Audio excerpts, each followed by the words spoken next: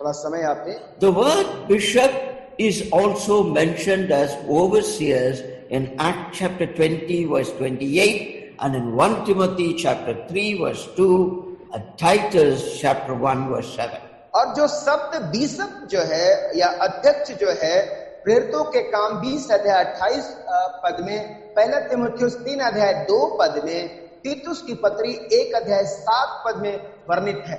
And the word elders, when we read, और जब प्राचीन शब्द के बारे में जब हम अध्ययन करते हैं, पढ़ते हैं, something that this is a kind of a designation they have received. और ये एक प्रकार के पदवी जो उन्होंने पाया है ऐसा प्रतीत होता है। So sometimes we receive letters from others signing it Raghu elder. और इसीलिए जब हम कुछ चिट्ठियों को पाते हैं तो उसमें इस प्रकार से लिखा होता है कि प्राचीन Raghu. It is actually a service. It is not a designation. और वास्तव में ये एक सेवा है, न कि पदवी है, ओहदा है। And these men, they guide the flock of God through the maturity gained through the experience by following Lord Jesus Christ. और ये जो लोग हैं अपने परिपक्वता के द्वारा अगुवाई करते हैं भेड़ों की, जिसे उन्होंने आत्मिक अनुभवों से प्राप्त किया है और मसीही जीवन के द्वारा जो समझ पाए उसके द्वारा अगुवाई करते हैं। These are the men who have learned much in the school of God. और ये वे लोग हैं जो परमेश्वर के विद्यालय में सीखे गए लोग हैं, सीखे हुए लोग हैं। Not in other kind of schools. और ये अन्य विद्यालयों की तरह नहीं सिखाए गए। They have learned from God Himself. और उन्होंने स्वयं परमेश्वर के द्वारा सीखा है। That is by reading the scripture, meditating on it, and listening to Him, and praying, and implementing it in their own life. और इसका मतलब ये है कि परमेश्वर के वचन से पढ़ने के द्वारा, मनन के द्वारा, अध्ययन करने के द्वारा और इसे अपने जीवन में लागू करने के द्वारा उन्होंने सीखा है। Overseers are the one who guard and watch the flock. और अध्यक्ष या ओवरसीयर जो देखभाल करने वाला जो है, जो भेड़ों की रक्षा करता है और उनकी देखभाल करता है, उनको देख रेख करता है। This is done voluntarily. और ये जो है स्वैच्छिक रीति किया जाता है। And they have committed their heart to shoulder this responsibility. और उन्होंने अपने आप को समर्पित किया है उस जिम्मेवारी के लिए, उस जिम्मेवारी को अपने कंधों पर उठाने के लिए। It is not an easy responsibility. और जो बहुत ही आसान जिम्मेवारी नहीं। They are accountable to God. और ये परमेश्वर को लेखा देने वाला काम है। They are much different from the leaders of the world. और संसार के अगुओं से बिल्कुल भिन्न है, अलग है। Shall we read 1 Peter chapter 5 verse 2? और ये बात हम पहले पत्रस 5 अध्याय 2 पद में पढ़ते हैं। Please read that verse.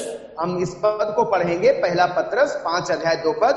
कि परमेश्वर के उस झुंड की जो तुम्हारे बीच में है रखवाली करो, और यह दबाव से नहीं परंतु परमेश्वर की इच्छा के अनुसार आनंद से, और नीच कमाई के लिए नहीं पर मन लगाकर।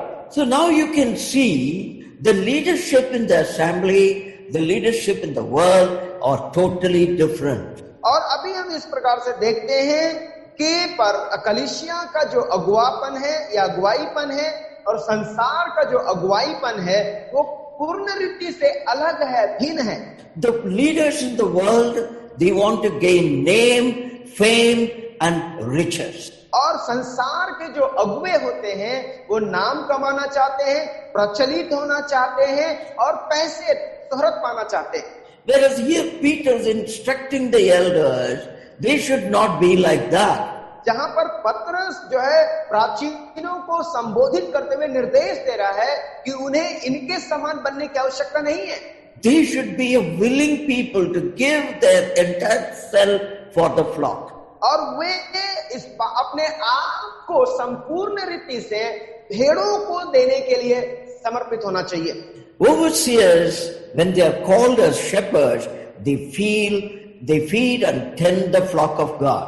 और जब अध्यक्ष, जब अगुए के चरवाही के रूप में जब जाने जाते हैं, इसका मतलब यह है परमेश्वर के भेड़ों को वो खिलाते हैं, उनकी देखभाल करते हैं, उनकी रक्षा करते हैं. It is the responsibility of giving voluntarily.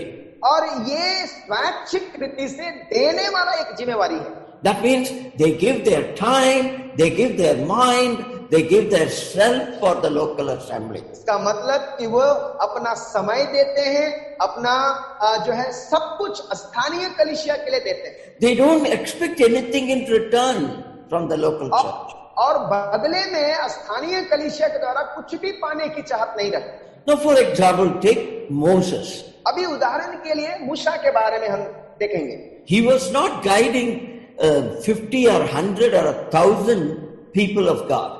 और वो परमेश्वर के 100 लोगों को, 50 लोगों को वो अगुवाई नहीं कर रहा था. He was guiding 100 lakhs of people. और वो लाखों लोगों को वो जो है अगुवाई कर रहा था. What did he get in return from them? लेकिन उसने वापसी में और इसके बदले में उसने क्या पाया? They were always against him. वो हमेशा उसके विरुद्ध खड़े हुए. They were always grumbling against him. और वे हमेशा उसके विरुद्ध कुड़कुड़ाते रहे. They were accusing him. They were accusing him. और उसे भला बुरा कहते रहे. And in the last, what happened? और अंततः क्या हुआ? He could not enter the promised land. और अंततः वो जो है उस प्रतिज्ञा के देश में, भूमि में प्रवेश नहीं कर पाया. But did he ever grumble or complain about that to anyone, including God? क्या उसने कभी इस बात के लिए किसी को कुछ कहा, परमेश्वर को भी कुछ कहा? No. He just accepted it. He was submissive to God's will. और वो परमेश्वर की इच्छा के लिए समर्पित व्यक्ति था. So from his life we can get some example. और इस रीति से उसके जीवन से हम कुछ उदाहरणों को देख सकते हैं, सीख सकते हैं. Though these leaders, these shepherds are under shepherds, as it is written in 1 Peter 5:4, they are to act as pastors in the local church. Let us read 1 Peter chapter 5 verse 4 first. और जबकि ये अगुवे का अधीन है और ये एक सेवक पासवान के रूप में स्थानीय कलीसिया में कार्य करते हैं, हम पढ़ेंगे इसको पहला पत्रस 5 अध्याय 4 पद में. और जब प्रधान रखवाला प्रकट होगा, क्या ओके पढ़िए ब्रदर विकास, पढ़िए. महिमा का मुकुट दिया जाएगा जो मुरझाने का नहीं. Now here it is written, the chief shepherd will come. और यहाँ पर ऐसा लिखा गया है कि प्रधान रखवाला प्रकट होगा या आएगा. That is Lord Jesus Christ. और वो स्वयं प्रभु यीशु मसीह हैं. So the elders or the under shepherds. इसका मतलब कि जो प्राचीन है वो चरवाहे के अधीन है. So the chief shepherd gave his life for the church. और जो प्रधान चरवाहा है कलीसिया के लिए अपना जीवन दे दिया है. So the under shepherds also give their life for the local church. और इसलिए जो अधीन रहने वाले जो चरवाहे हैं उन्हें भी अपना जीवन स्थानीय कलीसिया के लिए दे देना चाहिए. All of them they are going to get a reward in heaven from God. और वे सारे लोग परमेश्वर के द्वारा प्रतिफल को पाएंगे. Now we also said they ought to act as pastors in the local church. और मैंने इस बात को भी कहा कि उन्हें जो है स्थानीय कलीसिया में पासवान के रूप में कार्यरत होना चाहिए. Ephesians chapter 4 verse 11. और इफिसियों के पत्री 4 अध्याय 11 पद में पढ़िए. उसने कुछ को प्रेरित नियुक्त करके और कुछ को भविष्यद्वक्ता नियुक्त करके और कुछ को सुसमाचार सुनाने वाले नियुक्त करके और कुछ को रखवाले और उपदेशक नियुक्त करके दे दिया. See, they are not only रखवाले, they are also उपदेशक. और ये सिर्फ रखवाले नहीं हैं परंतु ये उपदेशक भी हैं. They are like mothers for the baby. और वे एक बच्चे के लिए माता के समान हैं. So the mother knows the baby, how to take care of the baby, how to feed the baby, how to bring up the baby. और इसलिए माता जो है अपने बच्चे के बारे में जानती है कि उसे क्या कैसे खिलाना है, उसकी देखभाल कैसे करनी है, उसकी रखवाली कैसे करनी है। They have to take care of both sheep and lamb.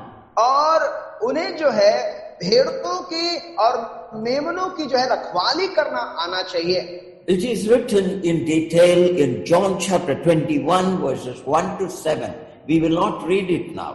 और इसके विश्लेषण के बारे में यदि आप अध्ययन करना चाहते हैं, यूहन्ना रचित सुसमाचार 21 अध्याय 1 से 7 पद के बीच में हम पढ़ सकते हैं, जो अभी हम इसमें नहीं पढ़ेंगे। They have to prepare future shepherds, committed to faithful men. और उन्हें जो है भविष्य के लिए अच्छे चरवाहों को तैयार करना है, जो विश्वास योग्य लोगों को समर्पित करना चाहिए। Let us read 1 Peter chapter 5 verses 1 and 2. आइए हम पढ़ें पहला पत्रस उसके 5 अध्याय 1 और 2 पद। तुम में से जो प्राचीन है, मैं उनके समान प्राचीन और मसीह के दुखों का गवाह और प्रकट होने वाली महिमा में सहभागी होकर उन्हें यह समझाता हूं कि परमेश्वर के उस झुंड की जो तुम्हारे बीच में है रखवाली करो, और यह दबाव से नहीं परंतु परमेश्वर की इच्छा के अनुसार आनंद से, और नीच कमाई के लिए नहीं पर मन लगाकर। Let us go further. आइए हम आगे बढ़ते हैं। We come to the next thing called deaconship. और हम अगले विषय की ओर आते हैं, जो सेवकपन कहलाता है, डिकनशिप कहलाता है। Deacons means servant. डिकन का मतलब होता है दास। One day a man came to me और एक दिन एक व्यक्ति मेरे पास आए, and he was very happily telling me, brother, I was ordained as deacon last week. और वो बड़े ही प्रसन्नता के साथ उन्होंने बताया कि भाई मैं पिछले सप्ताह सेवक करके नियुक्त किया गया हूँ। I asked him, what do you mean by you were ordained? और मैंने उनसे पूछा, आपका इसका क्या मतलब है, आप नियुक्त किए गए हैं? Oh, I will have this, that. He was talking about the sphere of authority which he is going to, exercise, and this big responsibility. और जब मैं उनसे पूछा, और जब वो बता रहे थे तो उन्होंने कहा कि अरे मुझे तो बड़ा अधिकार और बहुत सारी बातें हमको मिल चुकी हैं। Whereas the scripture talks on the reverse. लेकिन जहां पर वचन जो है बिल्कुल विपरीत बात कहती है। It is actually talking about a servant, a bond servant. और वास्तव में यहाँ पर एक दास के रूप में बात करता है, एक बंधा हुआ दास, बंधुए दास के रूप में बात कर रहा है। He is the one who is committed to serve the local assembly. और ये वो एक व्यक्ति है जो स्थानीय कलीसिया में सेवा करने के लिए समर्पित होता है। So these men are the gift of the Lord for the service of the ministry of God's word and its teaching within the assembly. और ये लोग परमेश्वर के द्वारा एक उपहार है या दान है, ताकि स्थानीय कलीसिया में वचन सिखाने के लिए जो है वो इस्तेमाल किए जाए, सेवा करने के लिए इस्तेमाल किए जाए। Deaconship arises from spiritual gifts. और जो सेवकपन जो है वो आत्मिक उपहार से उत्पन्न होता है, आत्मिक वरदान से उत्पन्न होता है। They use that to serve the flock of God. और वे परमेश्वर के भेड़ों की, परमेश्वर के झुंड की रखवाली के लिए प्रयोग किए जाते हैं। When they fulfill this responsibility, और जब ये जिम्मेवारी पूर्ण हो जाती है, they hold the mystery of the faith and pure conscience. और वे संपूर्ण सचेत विवेक से इस बात को जो है वो पकड़े रहते हैं, थामे रहते हैं। 1 Timothy chapter 3 verse 9. Please read it. और पहला तिमोथियुस 3 अध्याय 9 पद में पढ़ेंगे इसको। मैं पढ़ रहा हूँ। पर विश्वास के भेद को शुद्ध विवेक से सुरक्षित रखें। See, they have to keep the mystery of faith and pure conscience. उस भेद को शुद्ध विवेक के साथ सुरक्षित रखना है। The mystery of faith, it is not just the mystery. और ये विश्वास का भेद है, सिर्फ भेद नहीं है।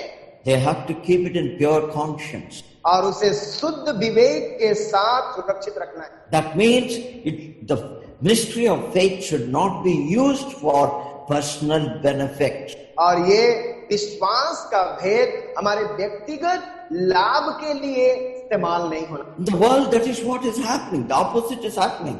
और यही वर्तमान के समय में संसार में हो रहा है। They use the mystery of faith to gain riches, name and fame in the world. और विश्वास के उस भेद को धन पाने के लिए, शोहरत पाने के लिए, नाम पाने के लिए उसका प्रयोग कर रहे हैं। Whereas the scripture doesn't authorize that. जहां पर वचन जो है इस प्रकार का अधिकार हमें नहीं देती। There are two spheres of service involved in this. और यहाँ पर इस सेवा में दो प्रकार के मुख्य बातें जो है पाई जाती हैं। One is the spiritual service. पहला जो है आत्मिक सेवा, Second is secular service. और दूसरा जो है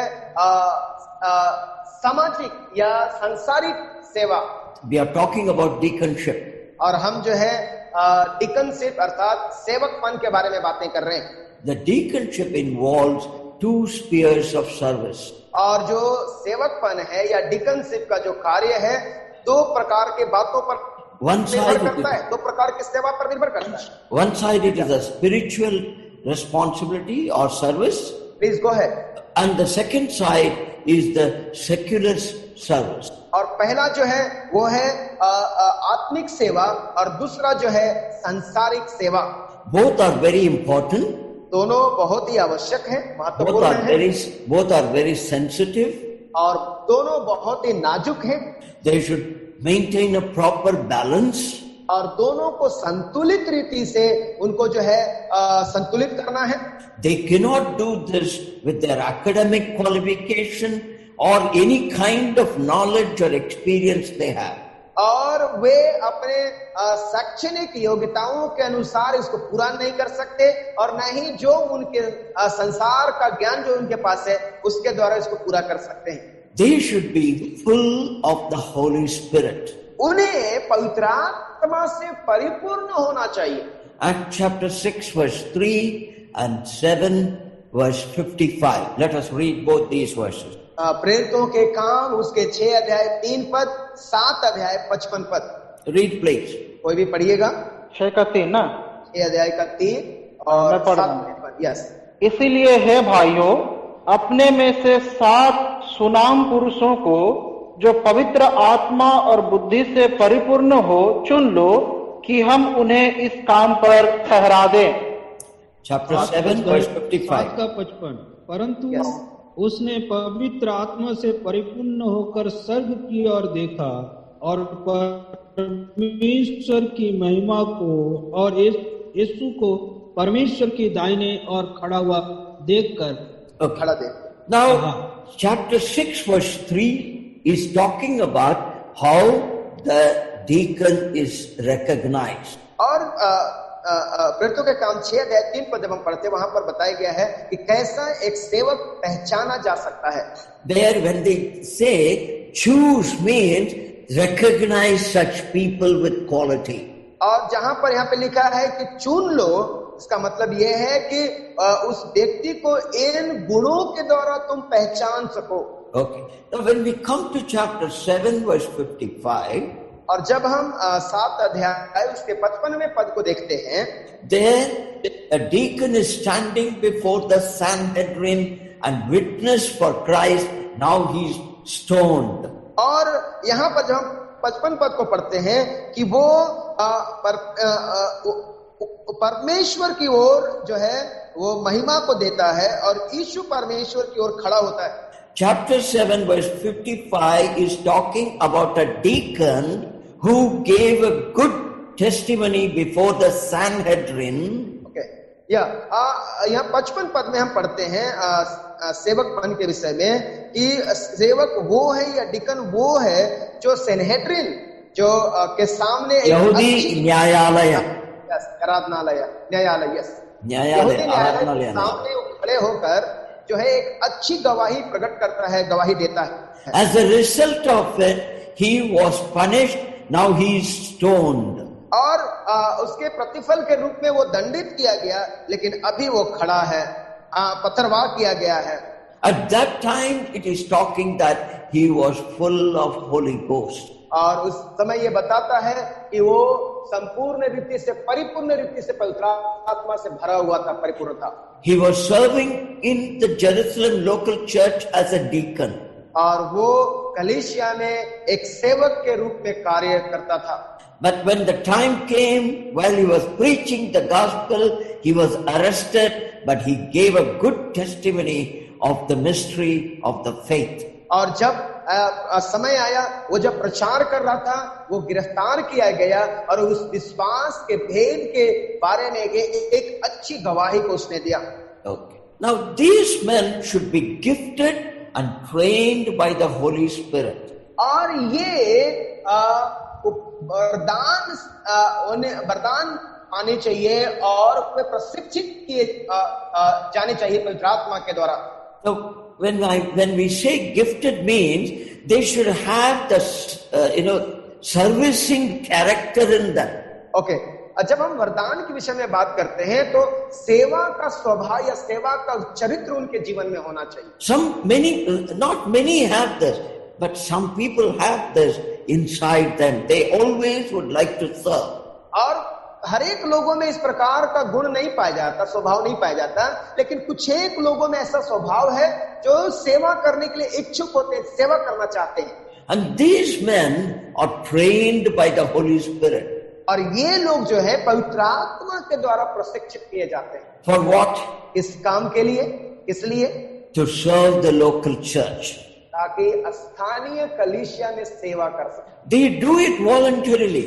और इसे स्वैच्छिक रीति से करते हैं। When we read the book of Acts, that's what we say. We see there. और जब हम प्रेरितों के काम पढ़ते हैं, वही बात हमने यहाँ पर अभी देखा है। In Acts chapter 6, that's what we saw.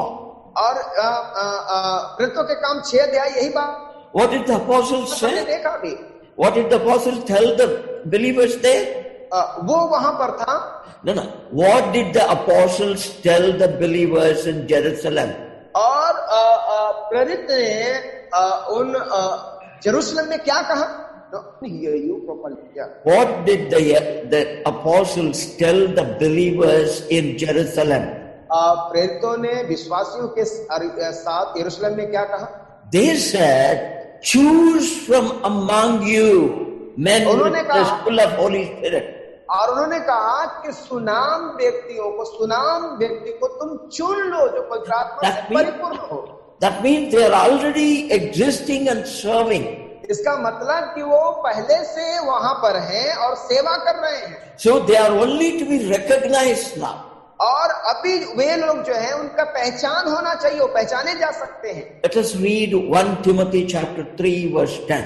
और वही बात हम पहला तिमोथी उसके 3 अध्याय 10 पद में भी पढ़ते हैं। Read please. एक बार पढ़िए कृपया करके। परखे जाए, तब यदि निर्दोष निकले तब डीकन व सेवक का काम करे। Read again please properly. या फिर से पढ़िए। परखे जाए, तब यदि निर्दोष निकले तब डीकन का काम करे। Before you recognize them, what you have to do? इससे पहले कि आप उन्हें पहचाने, वो क्या करना है? You have to examine everything of their character. और उनके चरित्र के संबंध में सब बातों को आपको परखना है। See, in the secular field, what happens? और संसारिक क्षेत्र में क्या होता है? To get the promotion, they will be very good with their bosses. और एक अच्छा नाम पाने के लिए अपने बॉस के साथ अच्छा संबंध रखना चाहते हैं। So that they will get a promotion in their job. ताकि अपने कार्य क्षेत्र में वो उन्नति को पा सके, पदोन्नति को पा सके। Similar characters you will find in the assembly. और यही स्वभाव, यही चरित्र हम कलीसिया में भी देखते हैं। To be a deacon, they will behave very nicely. और एक सेवक बनने के लिए वो बहुत ही अच्छा बनने का प्रयास करते हैं। No, the scripture says you have to examine them. लेकिन वचन ऐसा नहीं कहती। वचन कहती है कि आप उन्हें परखें, सेवक के पन के कार्य के लिए आप उन्हें परखें। Now in English, what is written? अभी अंग्रेजी में यहाँ पर क्या लिखा है? Let these also first be proved. और यहाँ पे ऐसा लिखा है कि सबसे पहले उन्हें अपने आप को प्रमाणित करने दो. That means their life and their service should be examined thoroughly and they should be seen as a deacon. और इसका मतलब ये है कि उनका जीवन जो है संपूर्ण रीति से वो परख से होके गुजरना चाहिए, तब जाकर के उनको सेवक के कार्य में, सेवकपन के कार्य में उनको जो है चुनाव करना चाहिए. The saddest thing today in the churches is this. और जो आजकल के इन दिनों में जो कलीसिया में सबसे जो दुख की बात यही है, People get frustrated because they do not hold any leadership. लोग जो है बिल्कुल जो है जो फ्रस्ट्रेट हो जाते हैं, क्योंकि इस काम को वो थाम नहीं सकते, सुरक्षित नहीं रख पा रहे हैं. They are not given responsibility. They keep grumbling. और उनको जो इस प्रकार की जिम्मेवारी नहीं दी गई, They start grumbling about बुड़बुड़ाते it. हैं और इसके लिए जो है वो बुड़बुड़ाते हैं. The reason for that is the local church has not taught the believers properly. What does it mean by being a deacon or an elder? और सबसे बड़ी समस्या ये है कि वे सेवकपन के बारे में स्थानीय कलीसिया के द्वारा सिखाए नहीं गए हैं, और सेवकपन या डिकनशिप का मतलब क्या है ये बताए नहीं गए. So we have to change this situation. और इसलिए हमें जो है इन परिस्थितियों को बदलना होगा. Okay. The secular side of their service is seen in Acts chapter 6 verses 2 to 24. और हम जब संसारिक क्षेत्र के बारे में उसकी सेवा के बारे में जब हम देखते हैं, तो हम प्रेरितों के काम उसके 6 अध्याय 2 पद से 24 पद के बीच में देख सकते हैं. We will not read it now. और अभी हम इससे नहीं पढ़ेंगे. Actually, it is talking about taking care of the material needs of the needy in the assembly and administrative things and all kind of. और वास्तव में यहाँ पर जब हम 2 पद से आगे 24 पद तक हम पढ़ते हैं, तो संसारिक बातों के बारे में है, आर्थिक प्रबंधन के बारे में है, देखभाल के बारे में है, इत्यादि इत्यादि बातों के विषय में वहाँ पे बताया गया है. Romans chapter 16 verses 1 and 2. Let us read it. Okay, Romeo के पत्री 16 अध्याय 1 पद को हम पढ़ेंगे. 1 और 2. एक पद को पढ़ेंगे. Yes. मैं पढ़ रहा हूं. यस, पढ़िए.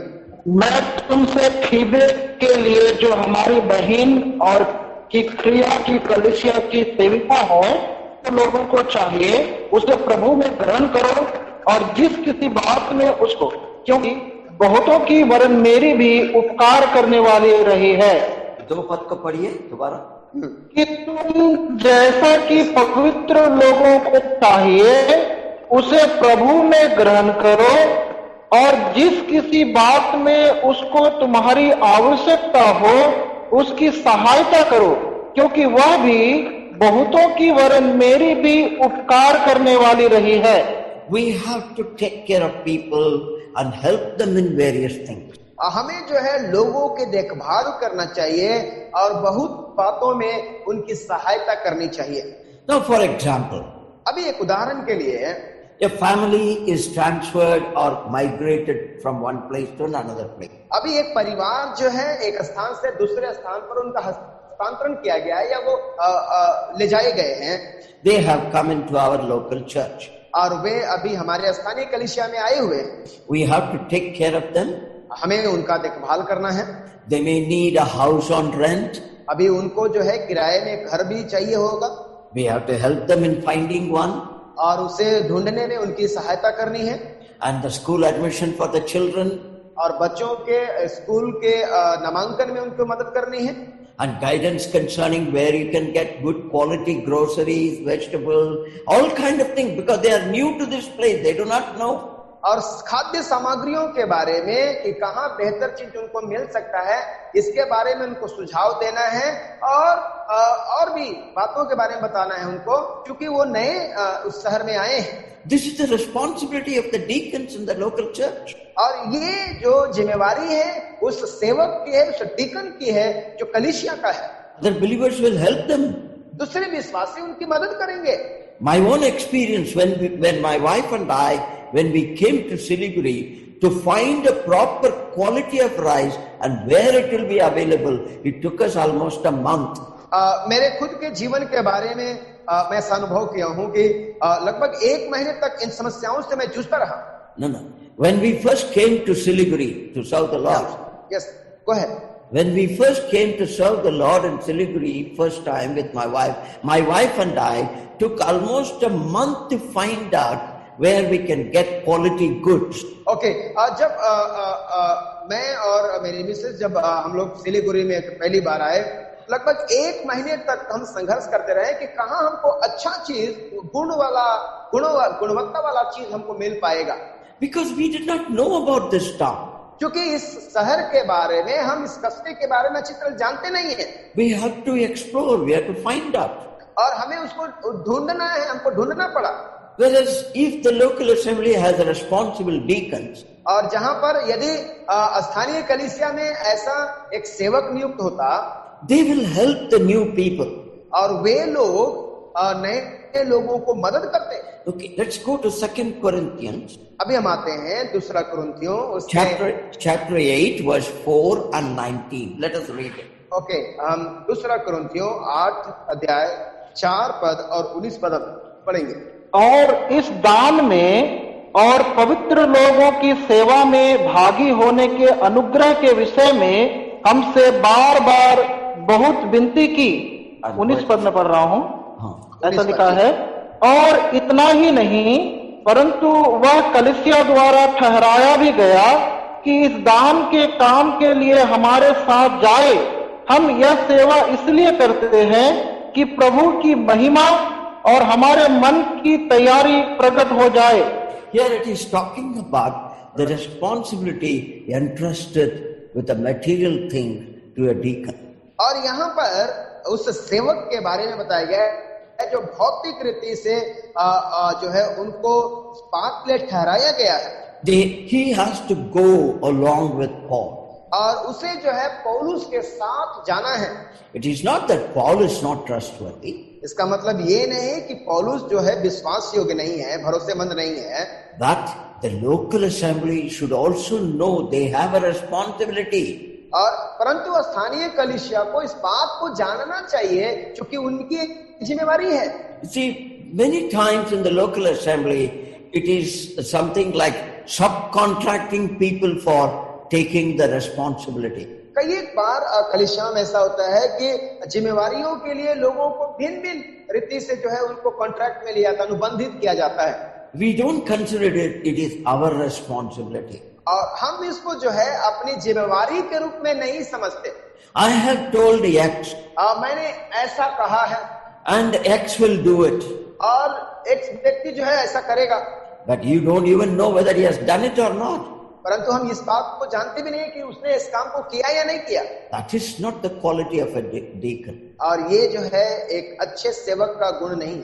Delegation of a responsibility also involves accountability of ensuring that the responsibility is fulfilled.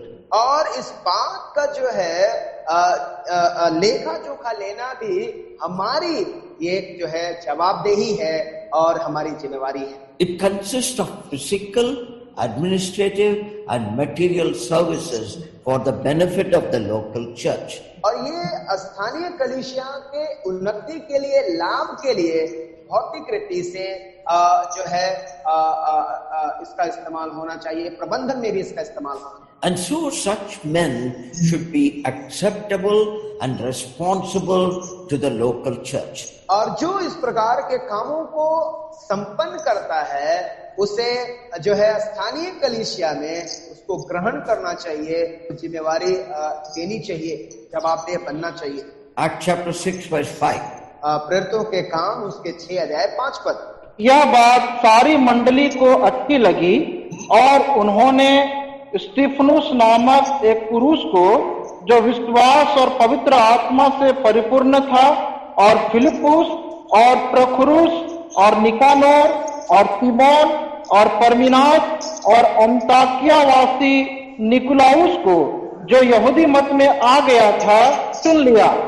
See, these men were chosen to be responsible for the service and to the local church. और ये जो लोग हैं जो एक जवाबदेह व्यक्ति के रूप में चुने गए जो स्थानीय कलीसिया में अपनी सेवा को दे सके. There should be, if something has happened here, I'm going again.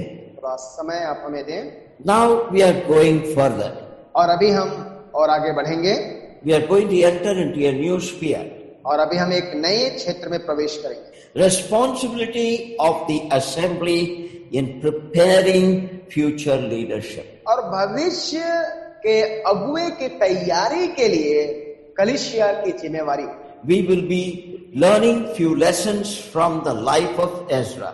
और हम एजरा के जीवन से कुछ सीखेंगे, कुछ पाठ को। We will just begin today and continue, God willing, on Thursday and thereafter. और आज हम सिर्फ आरंभ करेंगे, लेकिन हम आने वाले समयों में गुरुवार के दिन और उसके बाद भी अब इस पे चर्चा करेंगे, जारी रखेंगे। There are two wonderful books in the Old Testament. और पुराने नियम में दो अद्भुत पुस्तकें पाई जाती हैं। One is Ezra, another is Nehemiah.